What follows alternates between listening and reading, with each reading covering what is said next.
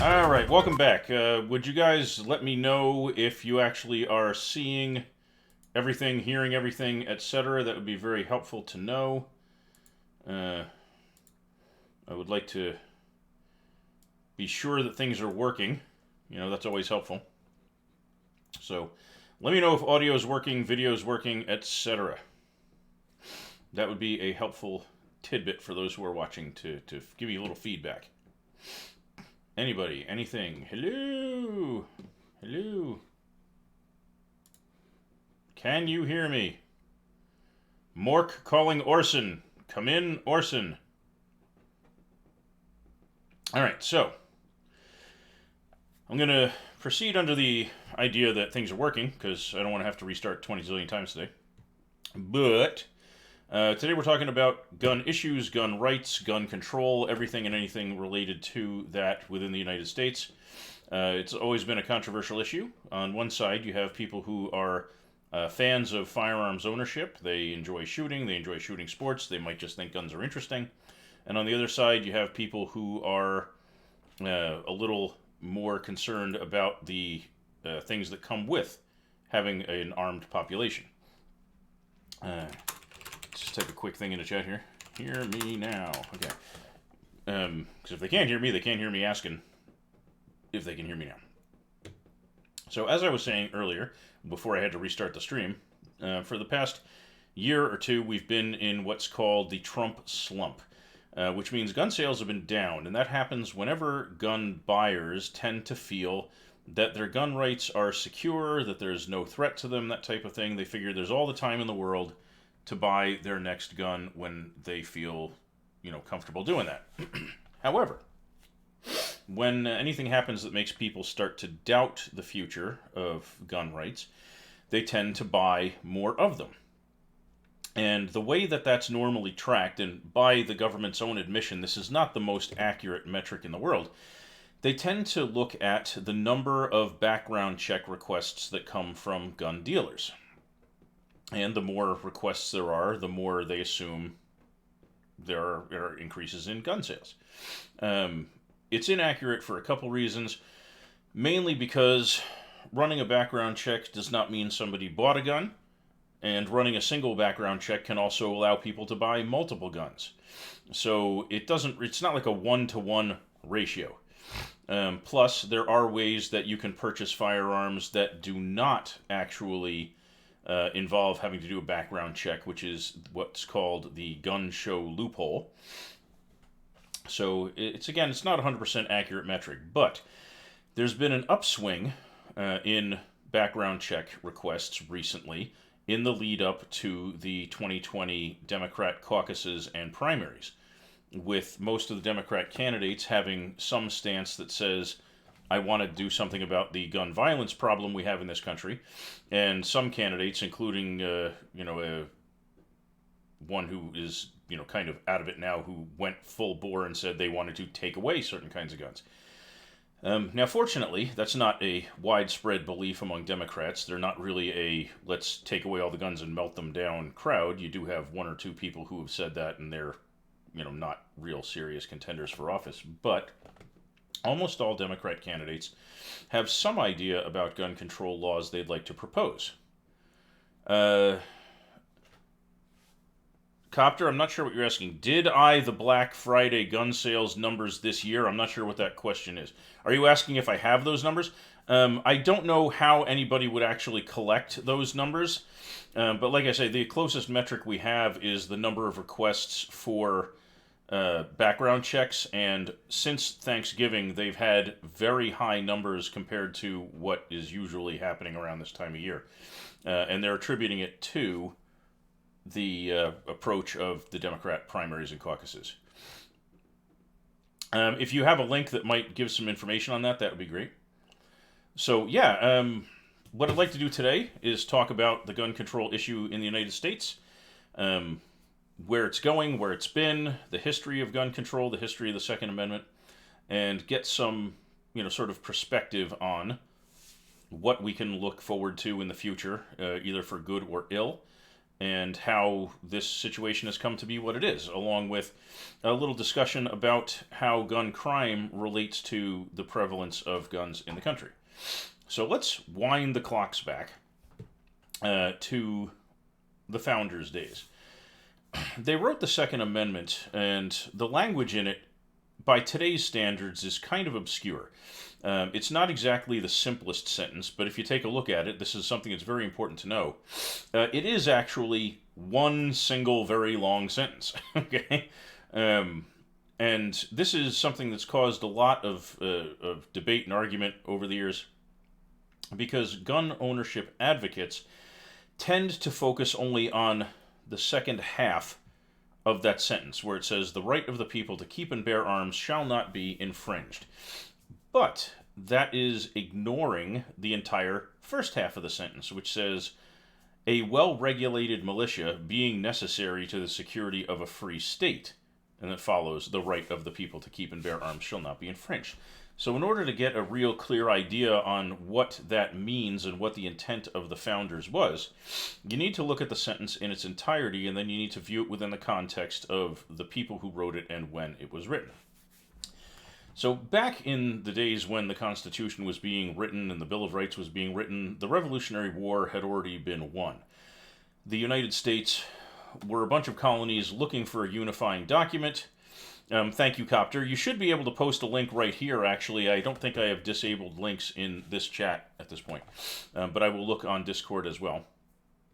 Yeah, so the Constitution had not yet been completed and ratified, which meant the colonies were still just a bunch of free colonies that weren't under British rule anymore. But one thing they really, really had an issue with is anything that looked like a standing army, because they had just fought against one of those and they weren't too hip on the idea of forming another standing military at that point, especially since there were still quite a few people living in the colonies who might want to be officers in that, who were not exactly loyal to the colonies, who still thought, the Brits should have kept rule over the Western world. Russia, you can't really understand this issue without going into the history of it, but also, I am bare bones here. Busted is what you call me on the gaming stream. Gotta keep the name straight. So, what they did at the time was they decided they were going to create a defense for the country in the form of what we now call the National Guard. They would create state-run militias, which were supposed to be armed, equipped, and drilled by the state. And what that would mean is they would be literally a National Guard. They would be a volunteer force that the state government would have control over, that would operate as a military state by state to defend its borders from incursions from outside. And that worked pretty well. They also, for local enforcement and protection, had what amounts to town by town criminal and law enforcement agencies that were basically posses, of which I am actually a member of one, which is now ceremonial more than actually useful. But, in the days that this thing was actually founded, the members would saddle up and chase down thieves and robbers and, defend the town and that kind of thing. And the organization of which I am a member, and I swear I am not making this up, you can probably Google it and find some information about it, but it's called my town name, right? Society for the Bringing to Justice of Horse Thieves and Pilferers of Clotheslines and Hen Roosts. Okay? Because they were really concerned about people stealing clothes off of people's clotheslines back then and robbing their livestock. Because you didn't exactly have a local Walmart you could go down to and pick up a new shirt if somebody grabbed one off of your clothesline. And livestock kept you alive. So that was very serious stuff back in the day. But in no case did the Constitution of the United States or the amendments that went along with it guarantee some type of unlimited right for people to own firearms for personal use. The language of the Second Amendment was very clear, and the letters and explanations written by the people who actually wrote it were very clear, that this was meant to be for a National Guard type organization. And this was not even a controversial understanding of the Second Amendment for the first roughly 200 years this country existed. It went to the Supreme Court several times. The Supreme Court pretty much unanimously every single time said, don't be an idiot, this is not meant for personal firearms use.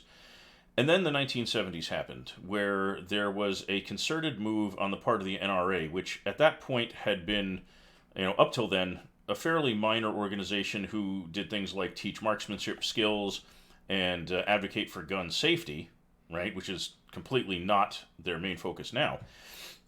They wanted to force the issue and try to get the Constitution reinterpreted. So they engaged with anybody who was willing to bring suit about any issue related to this and try to push it through the legal system until it reached the Supreme Court.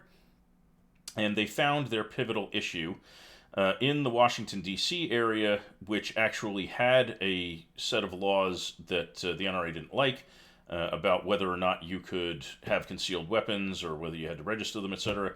And they took this, the law that they were upset about, by the way, was a law that said if you have a firearm in the home, you need to store it safely. That was the pivot issue that the NRA was really pissed about, okay?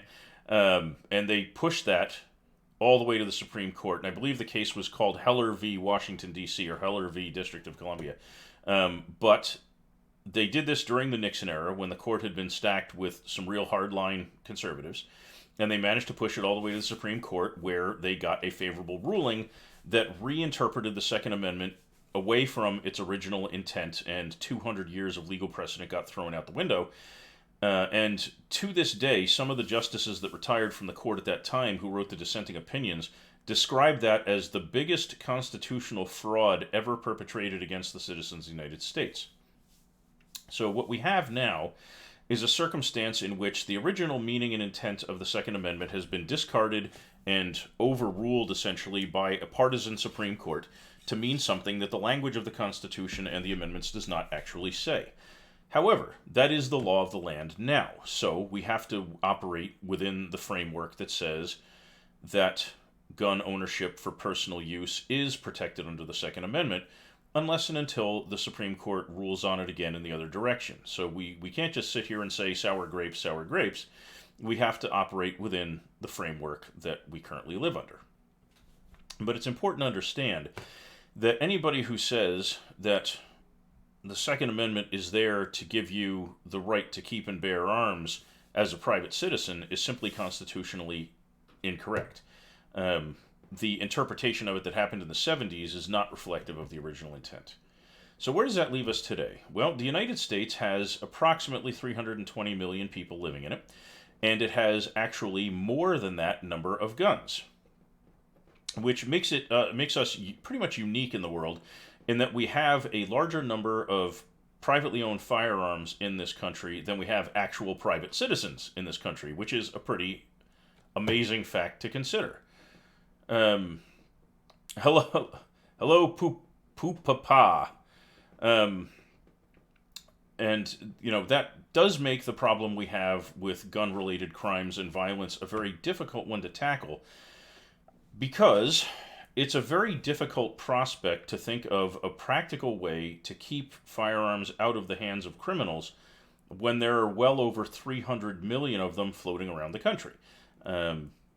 There's a study I'd like to talk about, which was fascinating for me to read, because as a homeowner, I was very interested in the information in it, and it was a study done at the Rahway State Penitentiary in Rahway, New Jersey, where the real hardcore home invaders and burglars were questioned and asked to participate in an information gathering session in exchange for some measure of reduction of their sentences, to help the FBI and the law enforcement agencies of this country better understand what motivates criminals.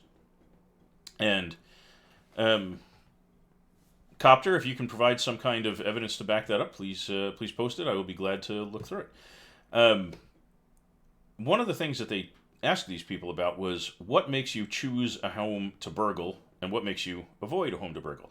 So as a public safety announcement, I'll tell you the number one thing from all of these home invaders and burglars that would make them want to pass by a particular house and go look for someplace else to rob was dog on premises. And the reason for that is, they said, you can intimidate people with weapons or the threat of physical violence, but you can't negotiate with a dog. If a dog is coming at you, A dog is coming at you. There's nothing you can do. You're going to have to fight the dog for your life if it comes to kill you.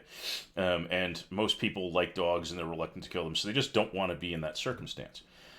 So if you're looking for a really effective defense against burglary, get a very barky dog because having a dog on the premises that will make its presence known before a burglar enters the property is literally, by their own admission, your best defense against getting burglared in the first place. The number one thing that makes them actually seek out a house to rob, however, is gun on the premises. And the reason for that is when you rob a house, whatever material you run away with, you generally don't keep it at your house. You bring it to a fence, a criminal who will resell it for you and give you a fraction of the money for your time and trouble of bringing him, televisions and computers and whatever else you stole from somebody's house. You might get 10% of the value, but you get cash instead of having to worry about this traceable piece of stolen goods being in your house.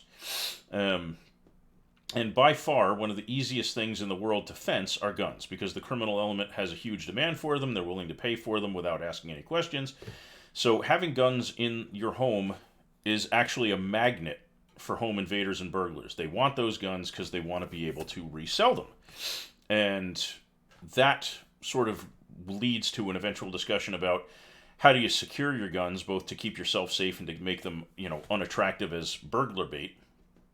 But it also leads to a discussion about, are guns really useful tools for defending your home?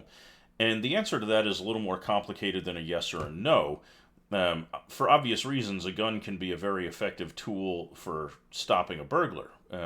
But there are conditions to that. The first one is you have to actually be home and in, possession of a working and loaded firearm for that to be the case. If you're not there, your gun does not defend the home in and of itself. And it has to be utilized in a way that does not put you or other non-criminals at risk. So it's a very complex thing, but the first thing that people should know is, if you want to make your house very likely to be burgled, those signs you put outside that say things like, forget the dog, beware of owner, or, trespassers will be shot, or anything like that, those actually mark your house as attractive to burglars because they'll simply case the joint, wait till you leave, and then go in and take the guns. That's how they operate. Burglars don't generally want to interact with the homeowner. They want to interact with the homeowner's property by picking it up and carrying it away.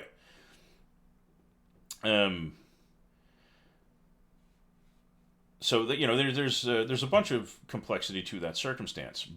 But that being said, you can't be honest and say that a gun is useless for home defense, and that's a mistake that you might hear from some people who are serious gun control advocates.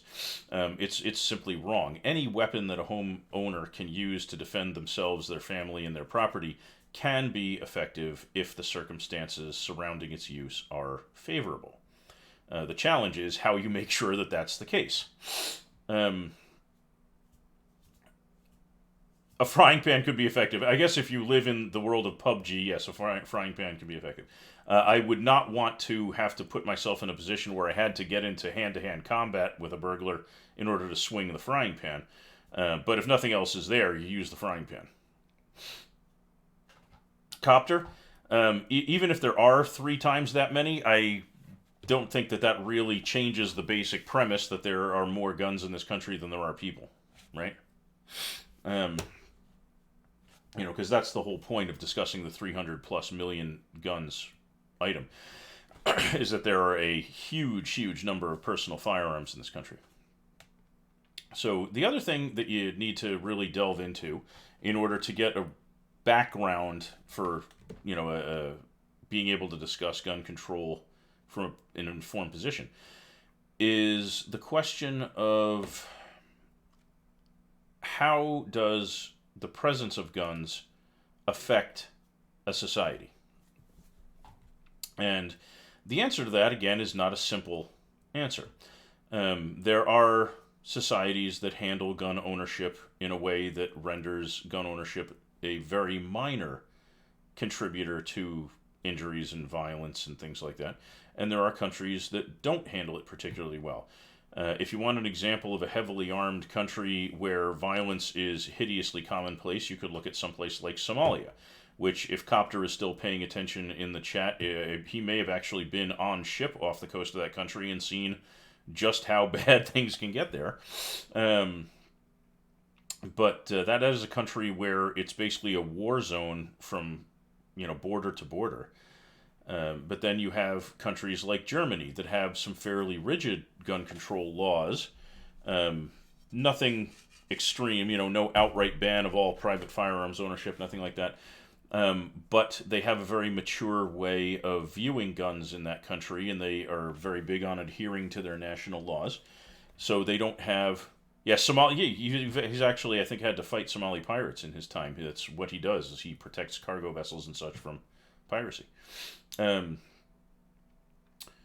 but yeah, the Germans and a lot of the European countries have strict rules on gun control, and they have a very small amount of gun crime relative to the United States. So, how does the presence of guns actually impact this? Well, there's a very interesting uh, relationship between the presence of guns and negative outcomes. And what that means is when you look at the numbers and you look at the tracked history of violence in this country, one thing has become very clear, which is the presence of a gun, even if it is not being used by the criminal, tends to increase the chance of a violent or injurious or fatal outcome.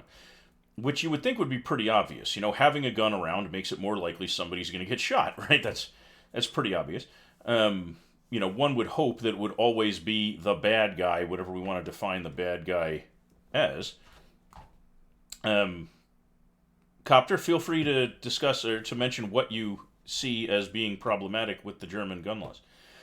But yes, more guns being present tends to lead to more people getting shot simply because that's what guns do. They propel a projectile at high speed, and that projectile is, injurious or fatal if it hits you, because that's what a gun is designed for. Guns were not designed to do things like, spread butter. They're a tool which was designed as a weapon of war. That's how they were developed. That was the intent of them, and they are very effective tools for that. So, it's not surprising to learn that the simple presence of a gun tends to make situations escalate and tends to increase the likelihood of injury or death. So that's, something to always keep in mind. Now, Second Amendment advocates tend to be very big on the idea that an armed citizenry is a safe or safer citizenry than one that has fewer guns. And conceptually, it's a very attractive thought to have.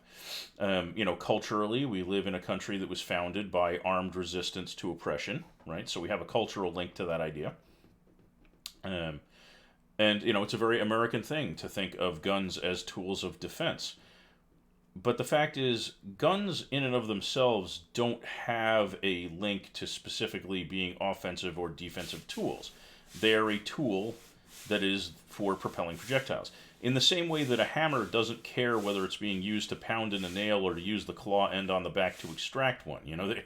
The tool is capable of, both functions, and it doesn't have a preference for which way it's employed, right? So we have to look at whether or not that cultural idea we have that guns are tools of defense is accurate. And pretty objectively, you can say that guns are not an especially useful tool of defense. And the reason why I say that is the presence of guns, and we're talking globally here, the presence of guns has not put an end to war through a deterrent value of them. Wars still happen. Whether we're talking about conventional wars with tanks and planes or, wars of guerrilla warfare where you have people slinking around in the dark and, committing whatever mayhem they want to commit.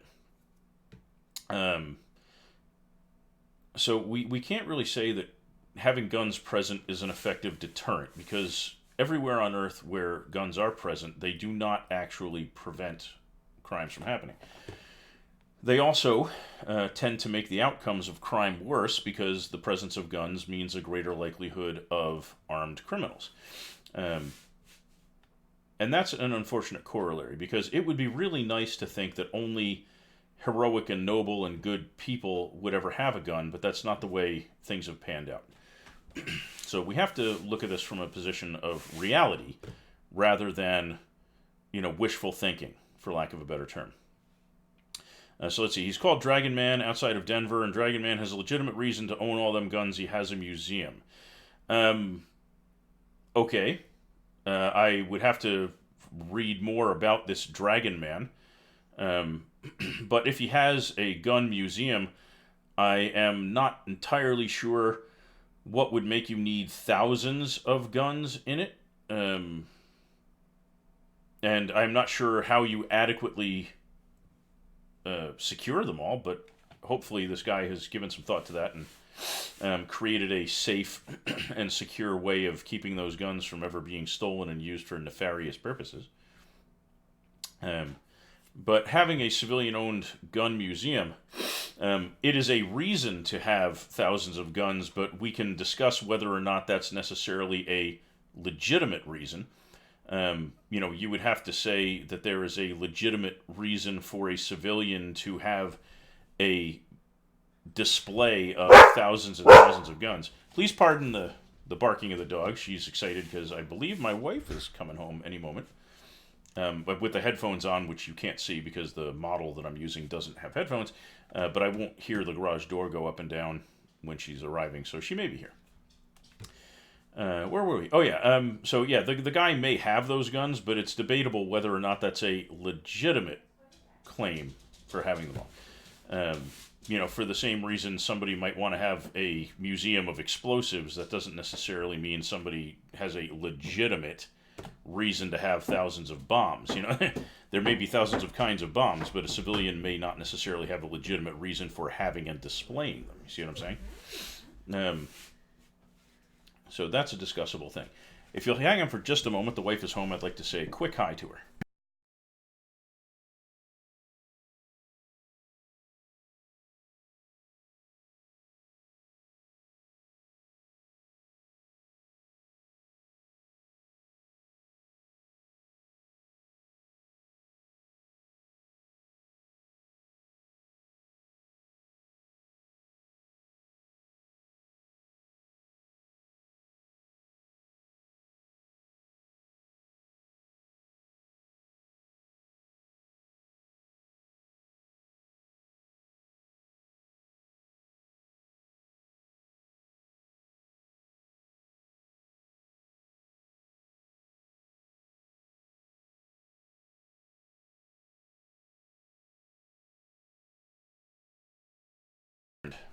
Yes, wife is home. Dog is excited.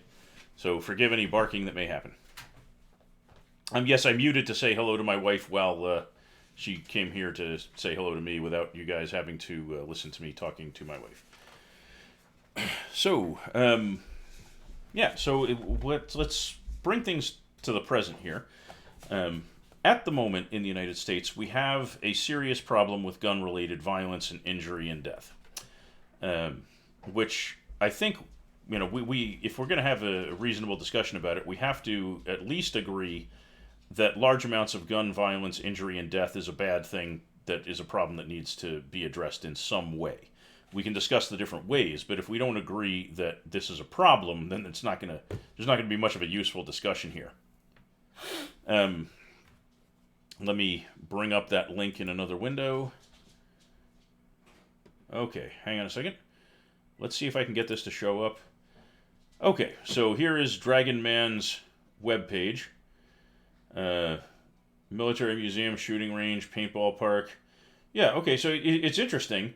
But again, it's debatable whether or not we can actually say that someone has a legitimate reason to have thousands of guns as a civilian.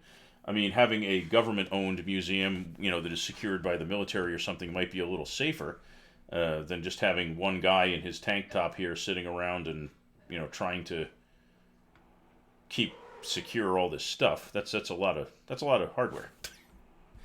But yeah, so let's ask the chat. Can we agree that gun violence, injury, and death is a problem that we should probably address? Do we agree at least on that? Let me know what you think, chat. As I sip my beverage while waiting. And Copter, my beverage is instant coffee. How do you like that? You coffee connoisseur. Yep, that's a lot of guns and Jeeps and APCs and stuff that guy has. Must be worth a huge amount of money, too, in terms of financial value. All right. But yeah, chat, do we agree that gun violence and injury and death is a problem? Let me know. If you don't think it is, then that's going to be a whole other issue. But I would hope that we can at least agree on that. If you look at gun deaths, something like 60% are self-inflicted. Again, if you have stats to present, please provide some citation for them so we can take a look.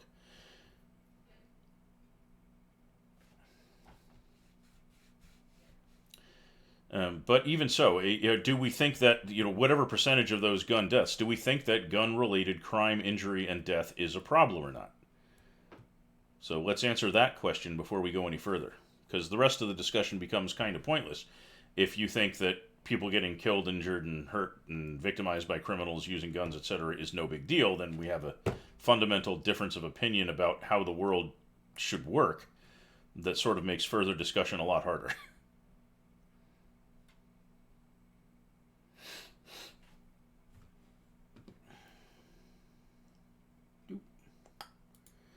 So let's look at violent crime here. There's 4 offenses: murder, property, aggravated assault. Okay, data collection, overview. Interesting.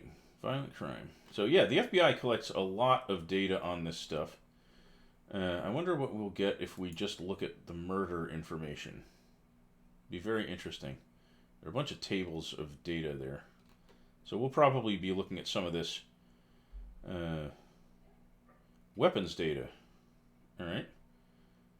7, 8, 9, 11, 14, 15, and 20. So we may have a lot of stuff to unpack here. But still waiting for you guys to tell me, do you think that gun-related violence and death is a problem or not? Do you agree with that or not? Kind of an important central concept here.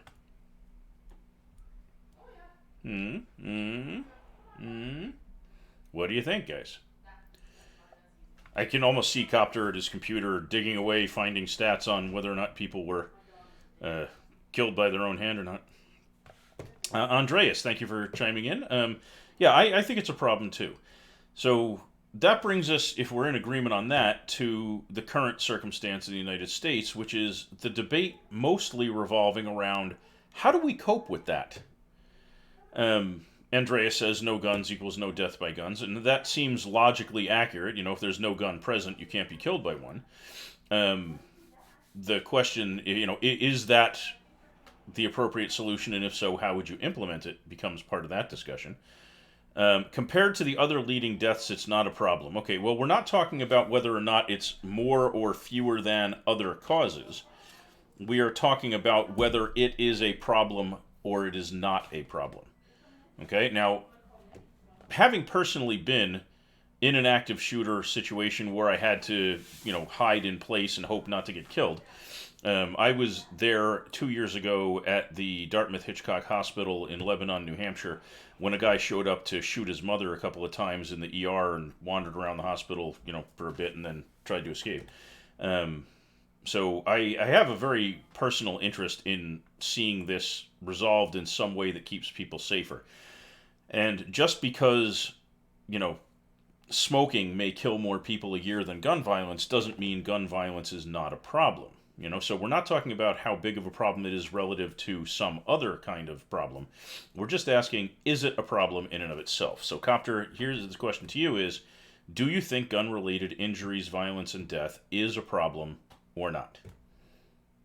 So let's start with that, because we know that Andreas, am I saying that right?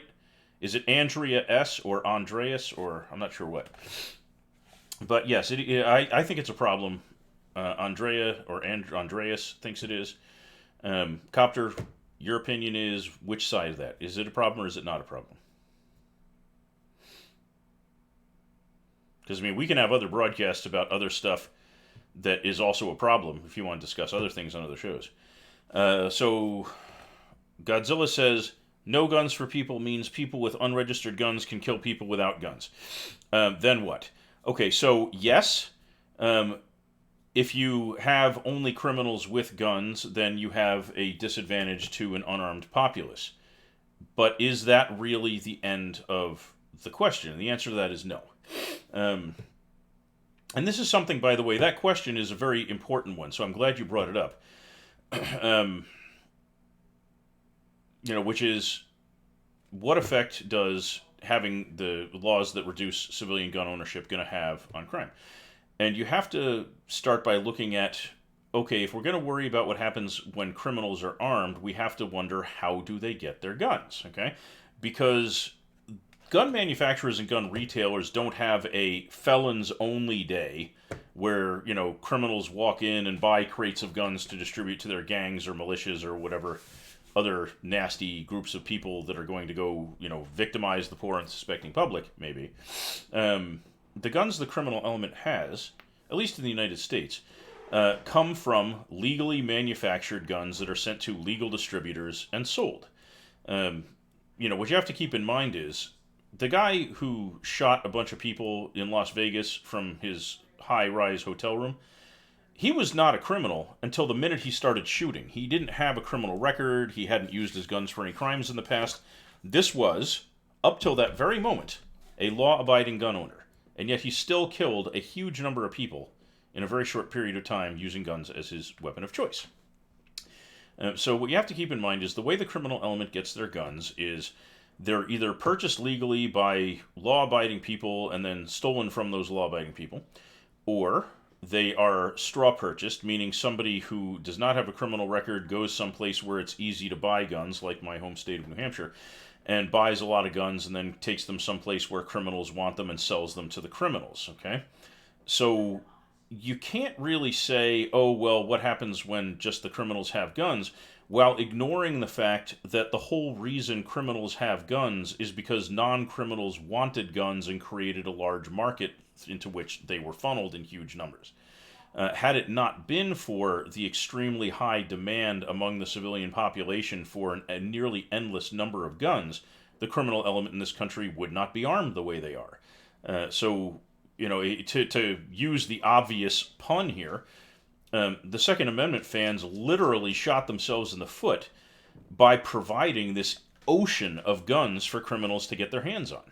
So you can't really go back to, oh, well, what if only the criminals have guns? Because it's the people that you're talking about needing to defend themselves from criminals who are the very reason that the criminals have the guns in the first place. Gun manufacturers don't just pop up exclusively selling to the criminal element and to drug cartels and to street gangs and whatever else. They're all sold over the counter initially by legal gun distributors. That's how these guns get into circulation. So if the demand had not been there, the number of guns in the country would be smaller, so the number of armed criminals would be smaller. That's kind of how the chain goes. Let's see. Copter has a link to the Pew Research Forum. Fact check what the data says about gun deaths in the United States. Okay. Yada yada, let's see. Mass shootings, space shooting in Chicago, detention, people die from gun-related injuries. Okay, so in 2017, the most recent year for which complete data is available, 39,773 died from gun-related injuries in the U.S., according to the CDC.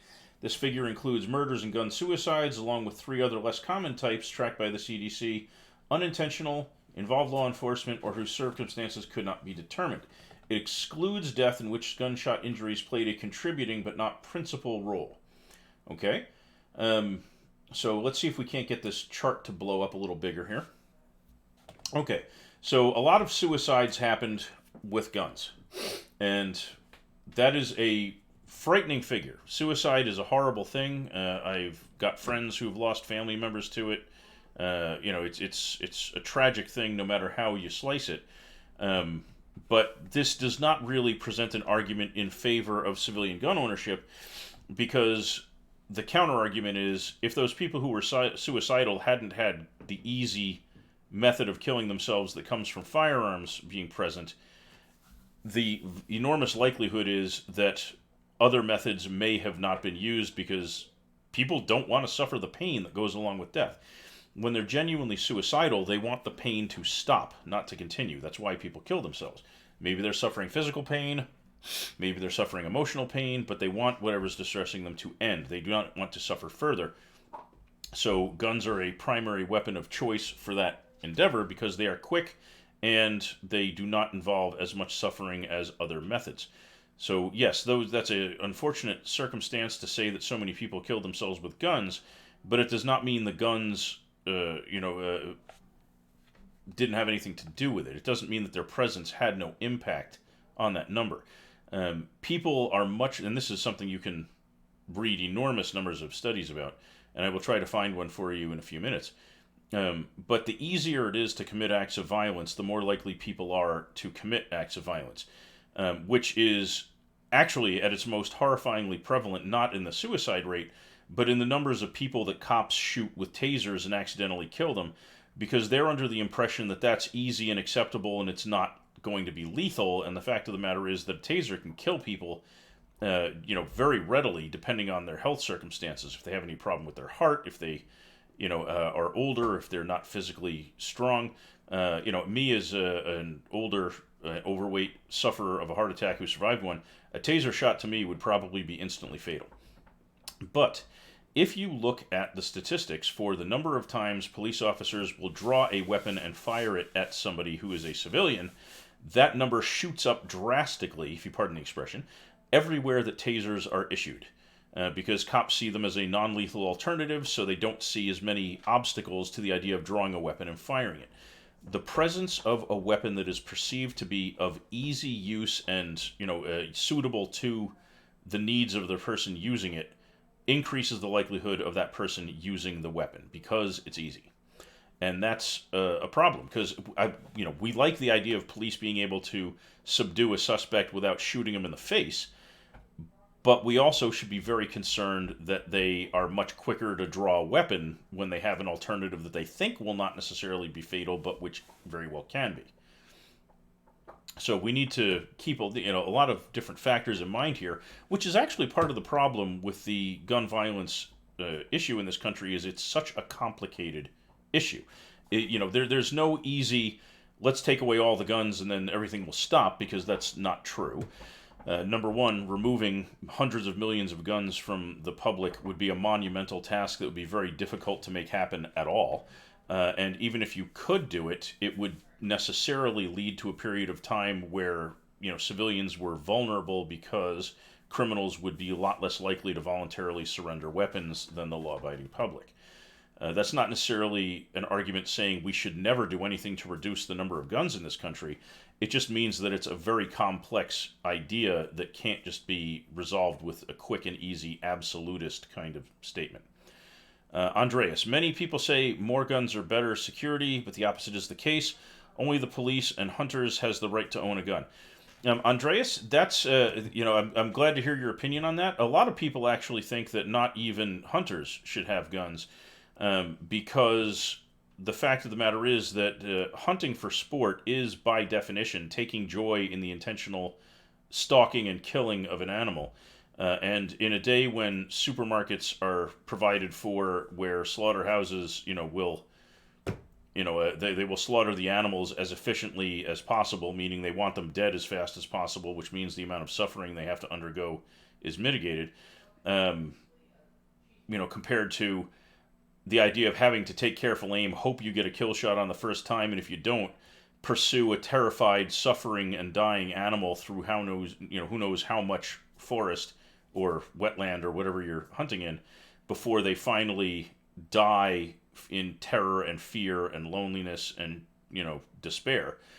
So I'm not sure it's even necessary for hunters to ply that hobby, but I won't quibble on that. I think that responsible hunters are probably not a huge issue. But I don't want to blanket say that there's nothing about hunting that isn't its own topic of discussion. Let's see. Copter. You don't need a full-scale factory to make a gun anymore. Anyone with a CNC machine can produce an AR in less than an hour. That may well be true, but the number of qualified CNC operators is incredibly small compared to the number of guns produced by large-scale manufacturers and available through large-scale retailers. So that's kind of like saying it's theoretically possible for some terrorist organization to build a suitcase nuke in a cave like that Tom Clancy book, doesn't, by any stretch of the imagination, equate to the ease with which a major militarily modern nation can produce them. Um,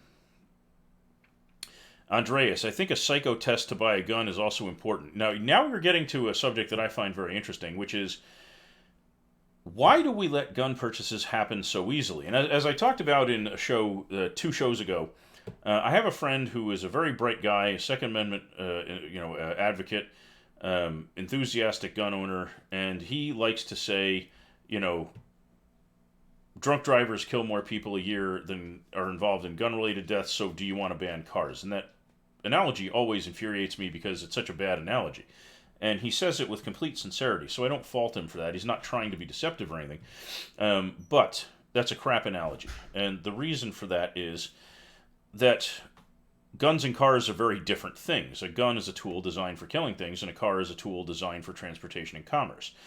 But what's also overlooked in that is the corollary idea that if you want to compare guns to cars, then let's do that and ask why is it that you can't buy a car without a vision test, but a blind person can legally buy a gun even though they can't actually see to fire it, you know?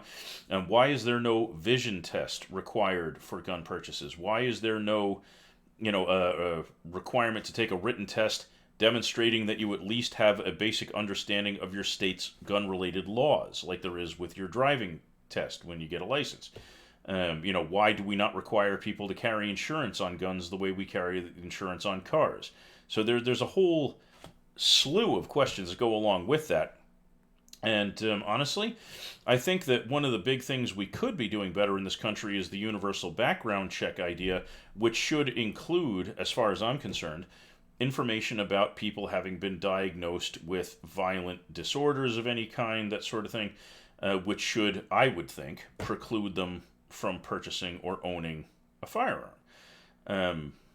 But we, for some reason, don't have very stringent laws about that, when maybe we should. If you want to say that people should be allowed to own guns, we should probably have a corollary to that that says they should be required to do so responsibly. But right now, that's not the way the laws go.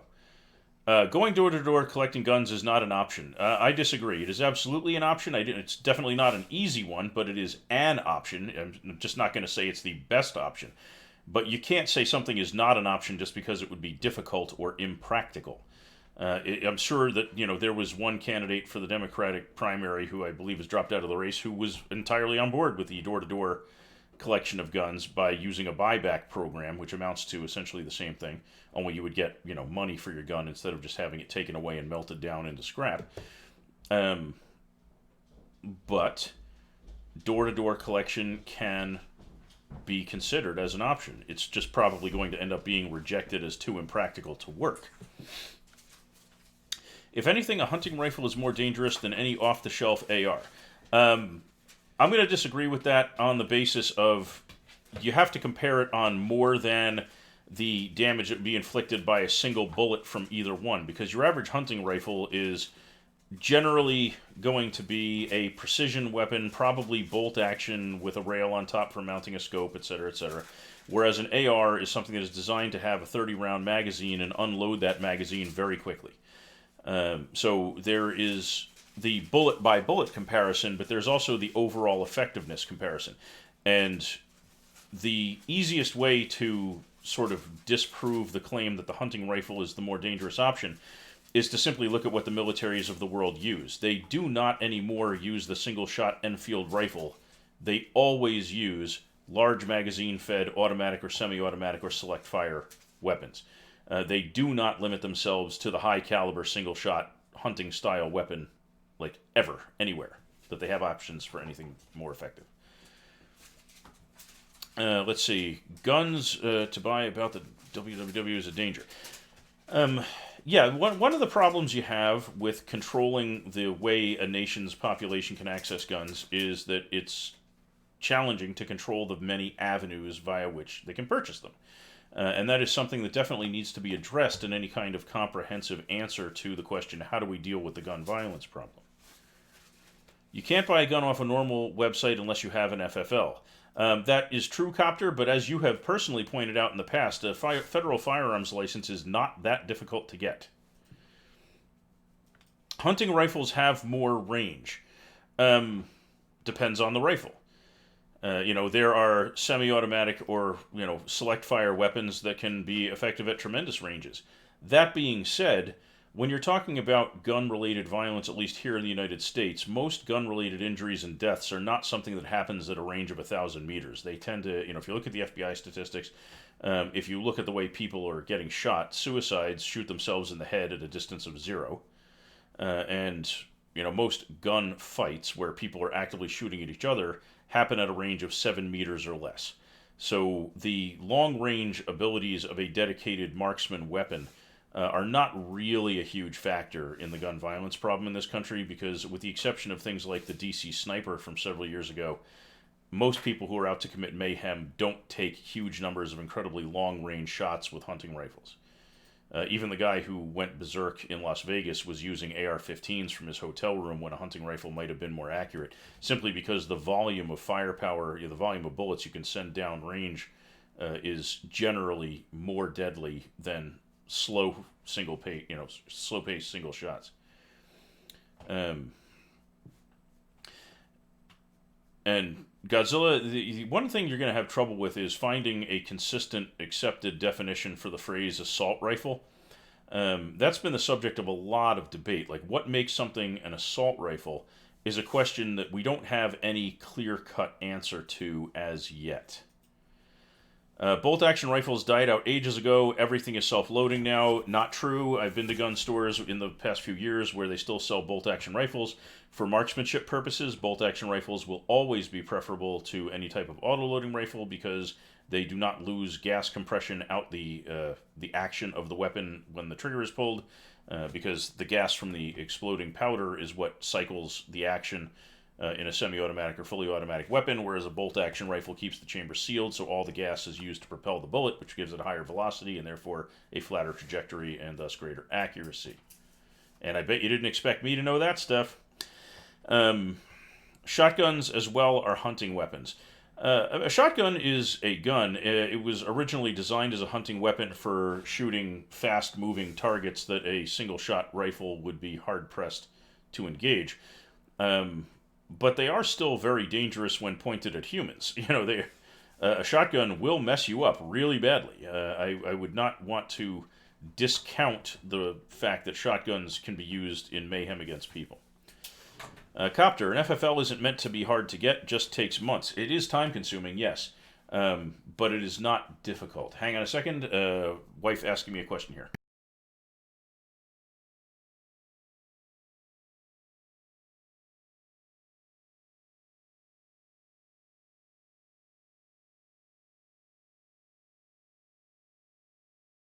Back, we were just discussing dinner orders. Bare Bones is having wings with the wife tonight. Oh yeah. All right. Shotguns were developed during World War I, you think? A shotgun is an outgrowth of a firearm configuration that has been around for hundreds of years, starting with weapons like the blunderbuss, which is basically a giant kind of bell-shaped tube that you can literally throw powder down a patch and then dump gravel into it if you need to. If you look it up, a blunderbuss is the thing you typically see cartoony images of American pilgrims carrying, that gun with the really wide bell-bottom flared barrel. It's a blunderbuss. So shotguns are just a modern, more scientifically advanced version of stuff like that. Modern shotguns are definitely a newer thing on the scene, but the idea of having a tube that fires multiple projectiles simultaneously is not a recent thing.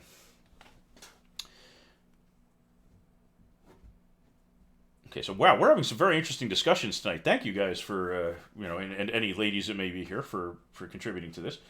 So let's, I think we've agreed now that gun-related violence and injuries and deaths and such are a problem, so let's talk about how we address that.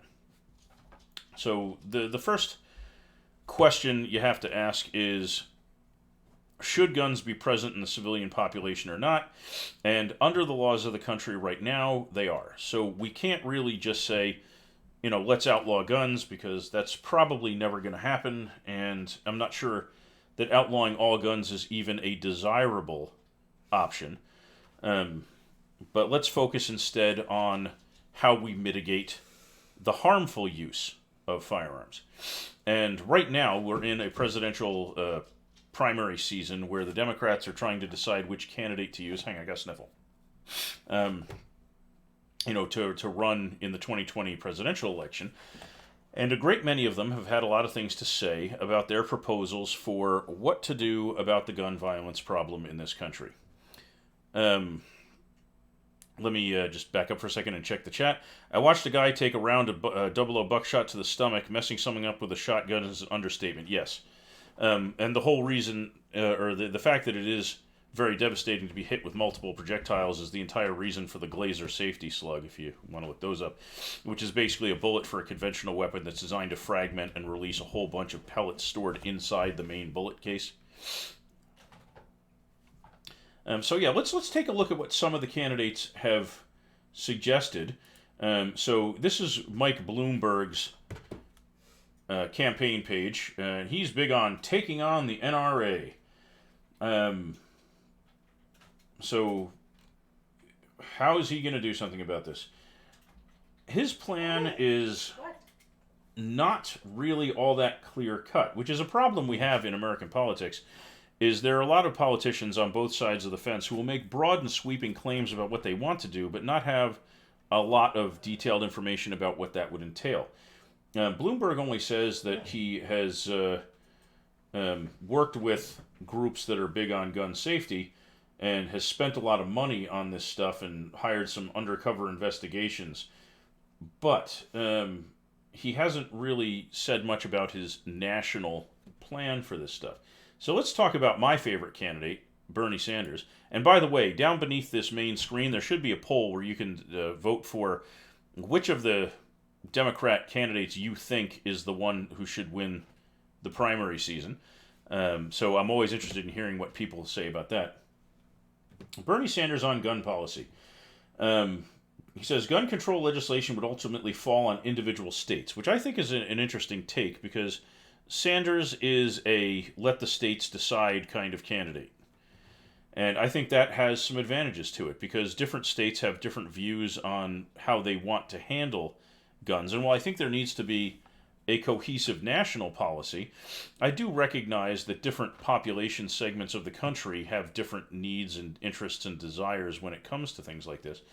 So having a state-by-state input on it seems like a reasonable and probably a positive thing to do. Manufacturer liability. Gun manufacturers should not be held liable for the misuse of their products, just as any other industry isn't for how end users or end consumers use the products. I have mixed feelings about that. For this, something similar to what we were talking about before, while I don't think a car manufacturer should be held accountable for the misuse of a car, when you're talking about a gun manufacturer, you were talking about a manufacturer of a tool that they know and are designing to be an effective killing instrument. Like if somebody gets run over with a car, that's not the intended use of a car. If somebody gets hit by a bullet, that is the device working as intended. That's the purpose of a gun, is to propel a projectile, or several projectiles, if you're talking about a shotgun. So I think that there's an argument to be made for having gun manufacturers be liable to some degree, but I'm not sure that there's a need for comprehensively saying they're always liable for everything that goes wrong related to misuse of the weapons. Godzilla, you say communism, this has nothing to do with communism. You may not actually understand why. For somebody who is frequently involved in using that word, I'm surprised you would try to apply it here since it's not really applicable, but okay. Didn't Bernie propose communism? No. If you think that, you got that information from some right-wing nutjob who does not understand what the hell they're talking about or just doesn't care whether they're being honest or not.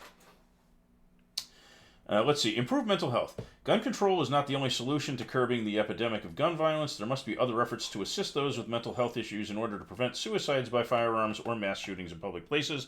This is a place where I think Sanders has a real edge over the other candidates.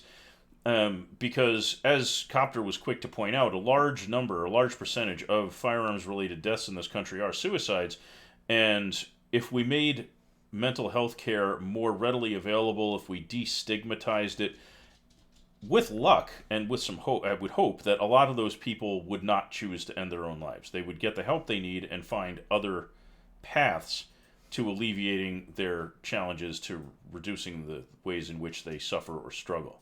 So I think Sanders being on top of that is a fantastic bit in his favor. I also think that recognizing the role that plays in mass shootings is important, because, yes, you can say if the Vegas shooter didn't have an AR-15 or multiple AR-15s, he would not have been able to fire as many bullets as quickly as he did, hitting as many people, injuring and killing as many people. But you can also say, if somebody had helped the guy before he went cuckoo, that wouldn't have happened. That's, probably equally important, I would say.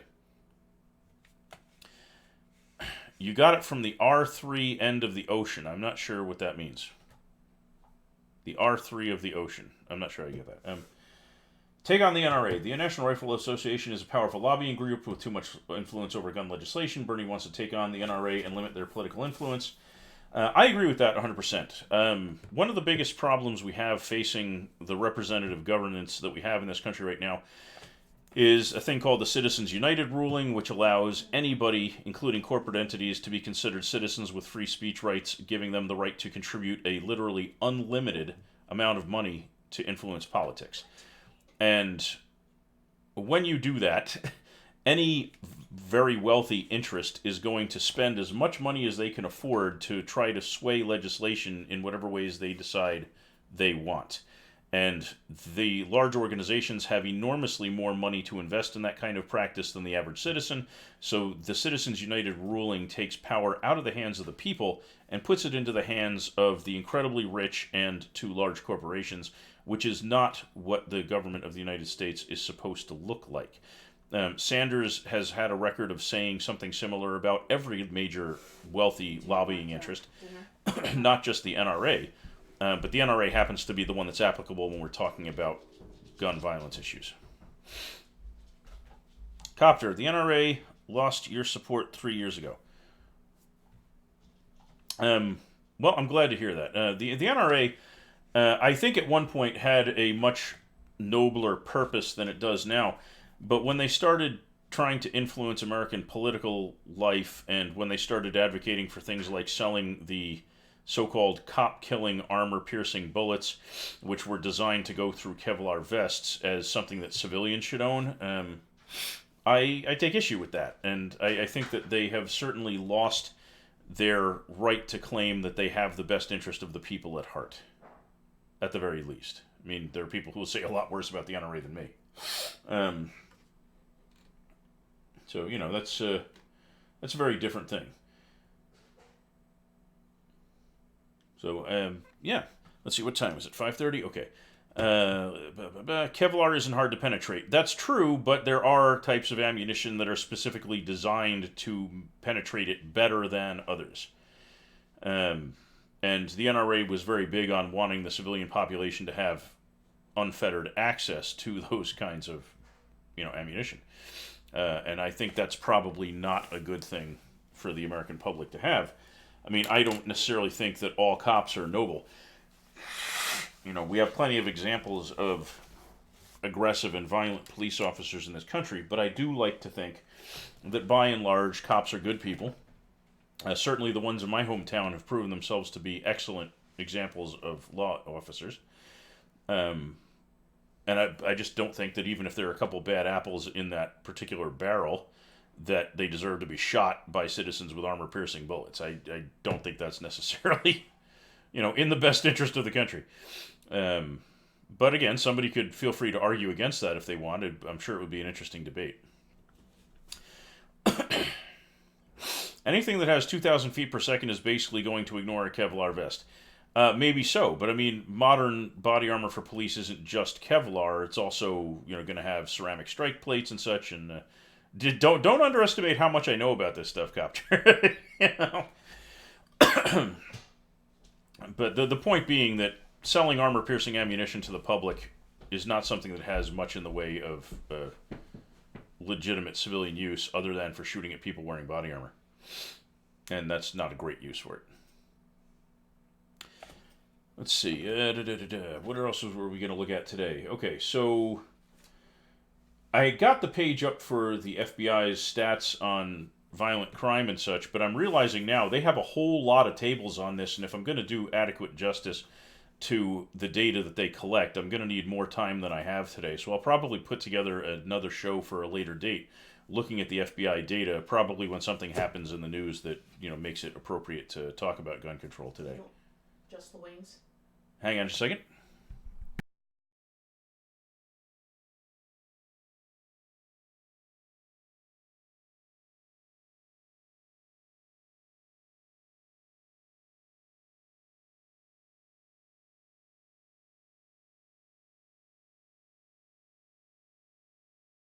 Just talking dinner details here. So yeah, while we're sitting here, for the people in chat, tell me what your views are. How would you like to see the gun violence problem in this country addressed? Like, what is your plan, if you have one, for how you would, how you would deal with this? How you would reduce the number of homicides? How you would reduce the number of school shootings and other mass shooting events? Like, what are your thoughts on how to correct this? Armed penetrating rounds do have a legitimate purpose. If you're about to say something like, in case the bear charging at you is wearing a vest, I'm going to laugh at you. I'm just telling you ahead of time.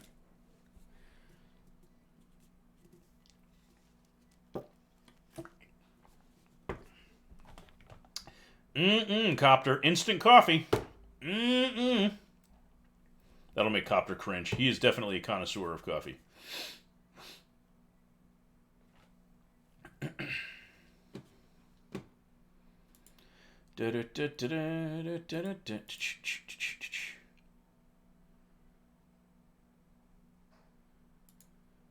Okay, steel core are pretty commonly used in large game hunts. I'm pretty sure that Teflon coated rounds are probably not used for that, though. But again, we could also have a whole other show on whether or not sport hunting is a really legitimate thing to be doing. But I'm now curious to know, what kind of animal would a person be hunting that would require them to use a steel core armor-piercing bullet to successfully shoot that animal and bring it down?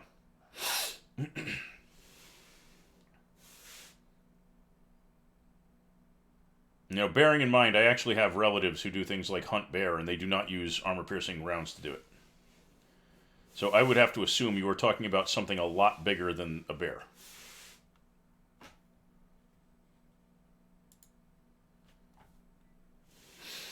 Teflon coating improves penetration of Kevlar weave because it makes the bullet slip between the fibers more readily. It's not the be-all, end-all, but it does contribute to that. It does nothing to help it go through a ceramic strike plate, but it definitely helps it to some degree to defeat the Kevlar weave. But yeah, I'm still waiting for ideas from you guys in the chat on what you think would be a good solution to the mass shooting problem we have in this country. And from Copter in particular, I am eager to hear what kind of animal you would need a steel core armor-piercing bullet to successfully engage.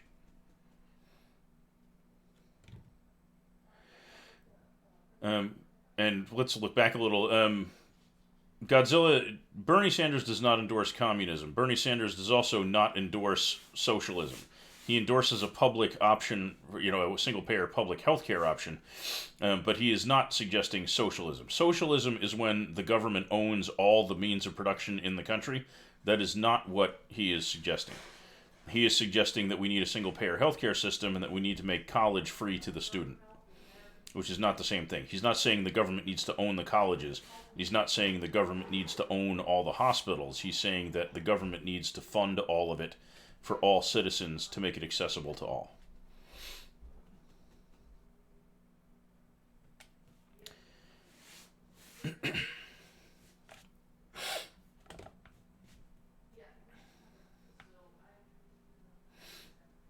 Most common use of steel core is on wild boar. Okay. I would love to see how that pans out. If you can provide some type of website that describes like the way the type of ammunition that's applicable for different large game, that would probably be a fascinating read. As far as wild boar go, I got to admit that does bring to mind that joke about the person who said that like wild boar would go raiding the schools and whatever else that bizarre person said. Um, but I do know that people do hunt boar. That's one that my the person I know who shoots bear in my family is a cousin, and I have never heard him tell a story about shooting a boar. He's mostly a bear guy and a deer guy, and very big on fishing. You'd like him actually. He goes out to Alaska on like real serious fishing expeditions every year.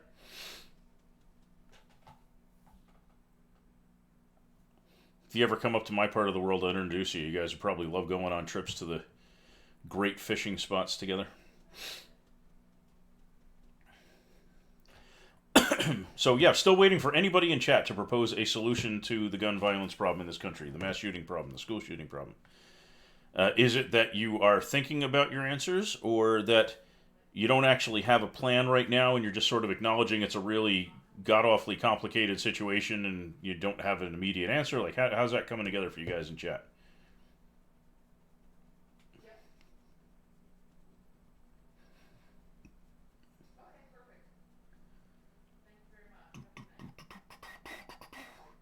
I should play the Jeopardy theme while I'm waiting for you guys to answer. Or I should play Baby Shark until one of you guys actually coughs up an answer.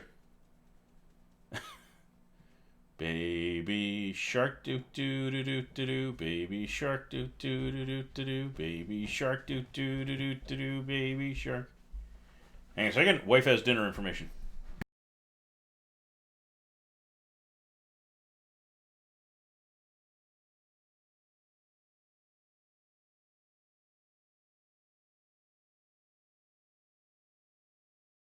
Yeah, I will stop singing at you guys. Plus, the wife interrupted because she had a dinner-related bit of information to share. So you were saved from Baby Shark by the wife.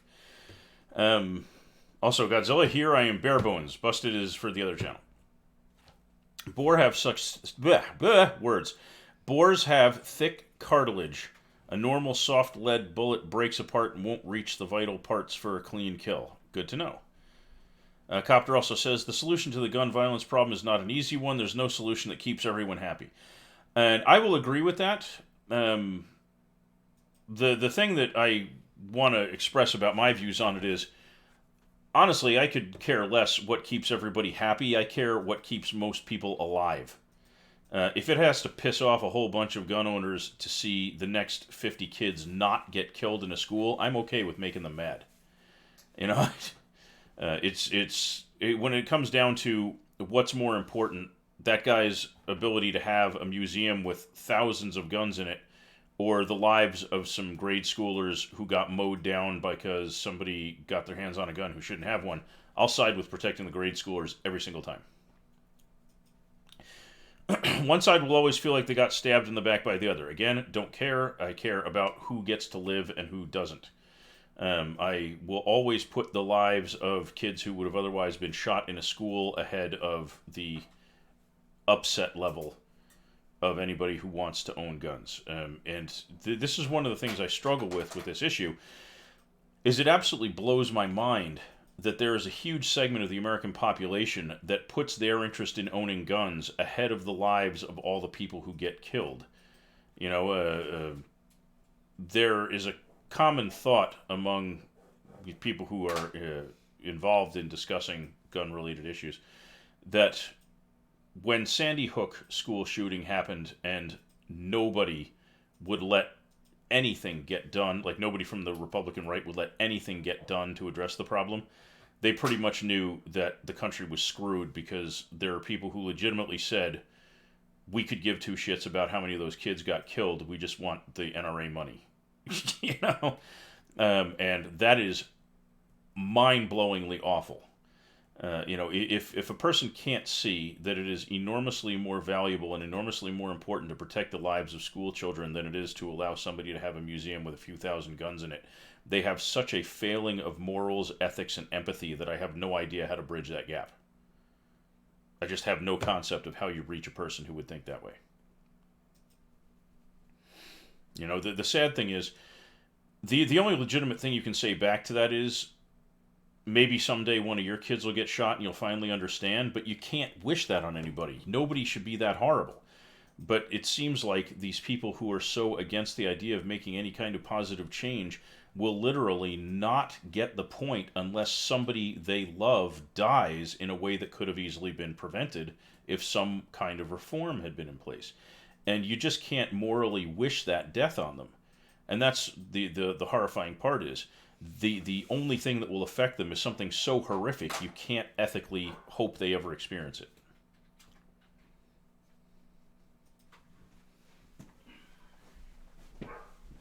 I hear you. I hear you.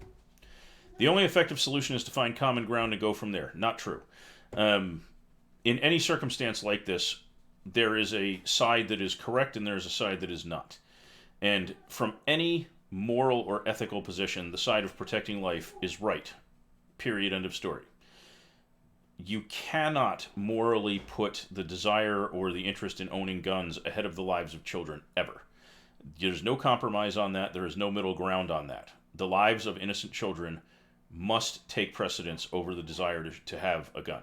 Period. End of story. There is no moral argument I have ever heard that says, okay, it's okay for your child to get murdered so I can own a gun. There's no moral argument you can make that justifies that. And there's no common ground to reach there. Either you understand that the kid's life is important or you don't give a shit. No, there's no middle ground when you say the kid's life is worth 50 guns. Like there's no scale and balance where you say this many guns is worth this many dead kids. You know, how would you possibly even try to justify that? How can there be any middle ground that would be acceptable there where you say we're willing to accept this many kids being slaughtered a year in exchange for this much gun rates? Like where do you regard the middle ground as being there? And are you willing to tell the parent who's watching their kid laying in a school parking lot with their brains splattered on the pavement just how fair and balanced that was? It's pretty hard to, you know, it's harsh, but it's reality.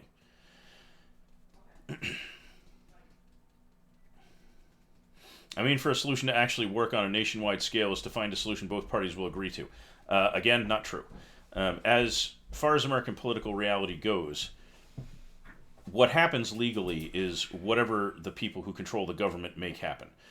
Which is why so much disastrous stuff happened in the wake of the 2016 election, is because one party controlled all branches of government simultaneously. And when that happens, there's this principle that's supposed to apply in American governments called checks and balances, where you have several sides of any issue having control over different branches of the government so that no bad idea can, you know, get through unopposed. And no matter which party controls all branches of government simultaneously, some stuff is going to happen that the opposite side is not going to like. And more than likely, some stuff is going to happen that's just genuinely bad because there's no checks and balances in place. So when you say for a solution to work on a nationwide scale is to find a solution both parties will agree to, no, not true. The only thing that has to happen is for one side to control all the branches of government and decide to fix the problem and push the laws through. That's all that has to happen. The other side does not have to agree to it under those circumstances.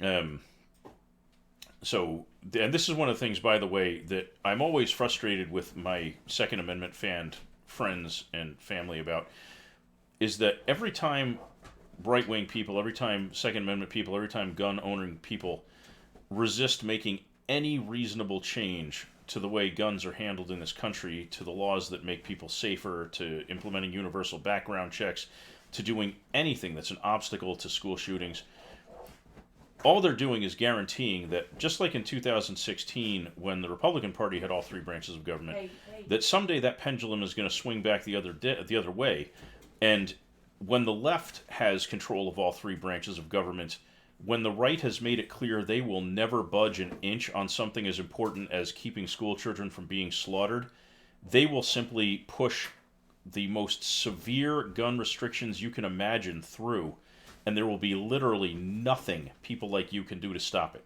Okay? The only way you can prevent that outcome is to be willing to do something to be part of the solution now before you make it absolutely certain that you don't care enough to ever be part of the solution at all, in which case, when the left has control over all three branches, they will force you to fix it, whether you want it or not. And that's the kind of circumstance that will lead to things like a universal ban on all gun ownership in America, where the military comes around to all the towns and takes away all your guns and kills you if you resist. Because if you make it clear that you will never budge for anything less than that, then that is what will eventually happen. Because I got news for you, people don't like seeing their kids killed. And when you give people who have had to deal with that tragedy, and you give the side that wants to prevent that all three branches of government, they will do it. And your chance to make sure that there is what you called a middle ground solution disappears the minute that circumstance occurs.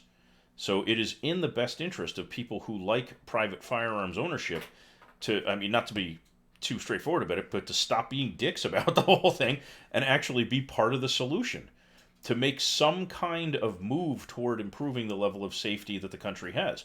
Because when the entire message from the right is, we will never budge, we will never move an inch, we will never do anything to mitigate this problem, they make it clear to their political opponents that their political opponents have to take the most drastic and extreme measures possible the instant that they have the ability to force the issue.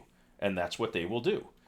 So if you want to make sure that you don't lose your gun rights permanently the next time the left has control over all three branches, do something to make the left think that that is not necessary.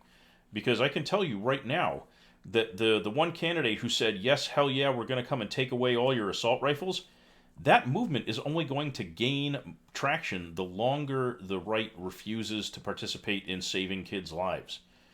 Okay, so that guy is an outlier now. He's considered very fringe now. 20 more years of seeing people get their kids slaughtered in schools, that's not going to be fringe anymore. That's going to be everybody in the Democratic Party. And the minute that they have control of the government, you are not going to like what happens. So I urge people to be willing to do reasonable stuff. There is nothing unreasonable about universal background checks. That's so blatantly, obviously a good idea that any resistance to it seems ridiculous. But the right refuses it under every circumstance. So, when what you're saying is the only way to get a nationwide scale solution is to find a solution both parties will agree to, the people on the right don't think that way. They don't care if there's agreement from the left. They don't care. Okay? And the more they make that plain, the more the other side is going to adopt the same attitude, and when they have the power to change things, they're going to make changes you wouldn't believe. Copter says, there's no simple solution, and every solution proposed has been horrible. What is horrible exactly about a universal background check rule and closing the gun show loophole? What is horrible about those? I'm genuinely asking, because you are the first person to bring that up that might actually give me a sincere and thoughtful answer to the question, and I'm hoping you will. So what exactly is horrible about those proposals?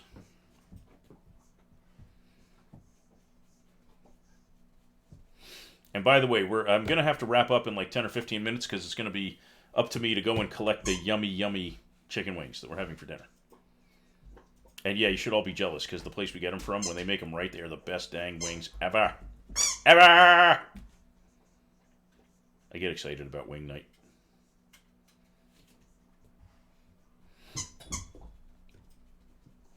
I know, it's a tough thing to be put on the spot and asked a question like, what is horrible about those? And I'm only asking you because you specifically just said every solution that's been proposed has been horrible. So you kind of asked to be, put in the spotlight there. You know?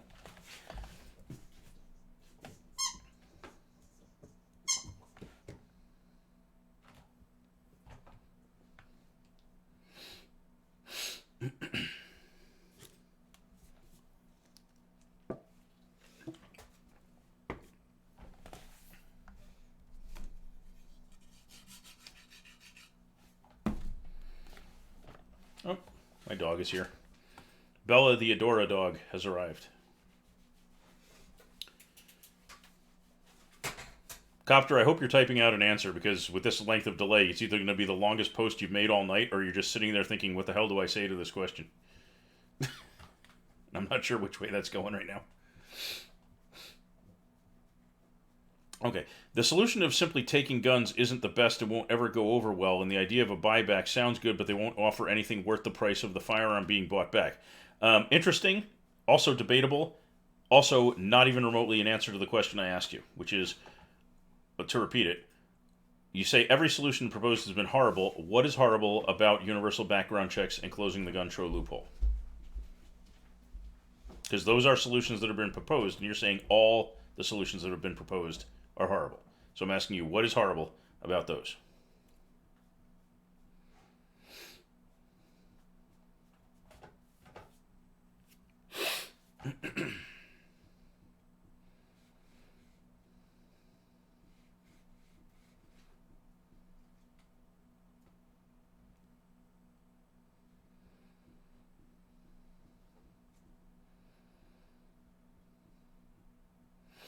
Those are good points you're making, and they're definitely debatable, by the way. I'm just trying to get an answer to the specific questions that I asked.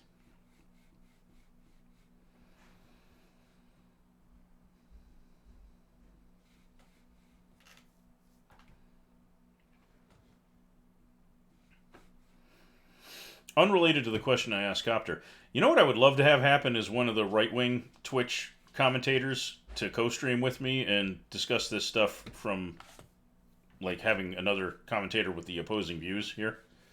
If anybody knows of a good one who would be interested in doing that, let me know and I will reach out to them. The full-on background checks requires manpower the government just won't put into checks. Also, not an answer to the question of what is horrible about that. Your answer is it would be difficult. It is not an answer about why it would be horrible. Either you need to tell me why you think it's horrible, or you need to acknowledge that you misspoke and that not every idea that's been proposed is horrible. If they didn't take weeks, they'd be great. Again, don't care. There is virtually no need you will ever have for a gun that can't wait a few weeks. I can't think of any need you will ever legitimately have for a gun that can't wait a few weeks. If you want to go hunting, you should know when the hunting season is coming up, and if you're going to buy a gun for it, you should know several weeks in advance. It's not an answer. But that also is not an answer to what is horrible about universal background checks. They take a few weeks does not make them horrible, it makes them time consuming. There's a difference. Closing the gun show loophole, again, what's horrible about that?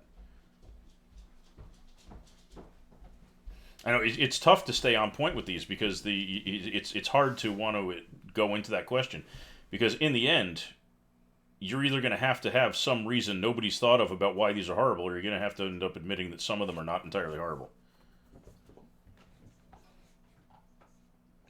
Okay, well, maybe one of these days you would like to be a guest on the show and actually talk through some of this stuff. That might be something to do in the future. But surely you can come up with some reasonably short answer to why background checks are horrible and why closing the gun show loophole, which is one of the main avenues through which the criminal element gets guns, is horrible.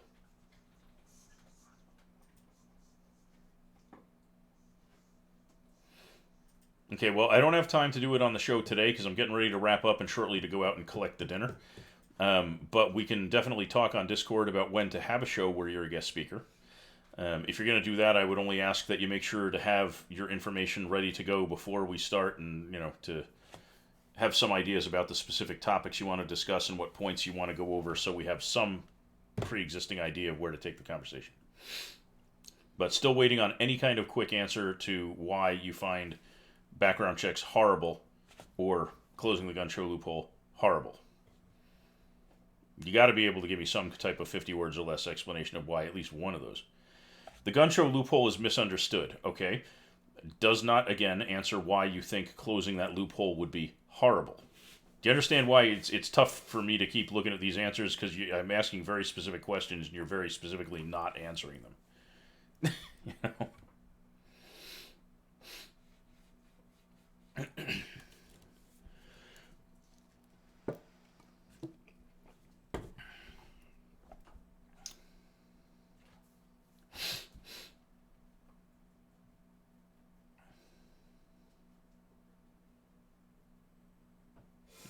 Tough questions, right?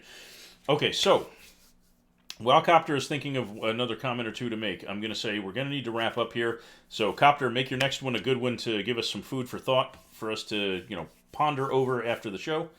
I will be having dinner with the wife shortly thereafter, and then around 8 p.m. New York time, I'll be back on my other channel for some gaming stuff. Those of you who know me know where that is, and I look forward to seeing you guys there tonight and having a good old romping time on one of the best games ever.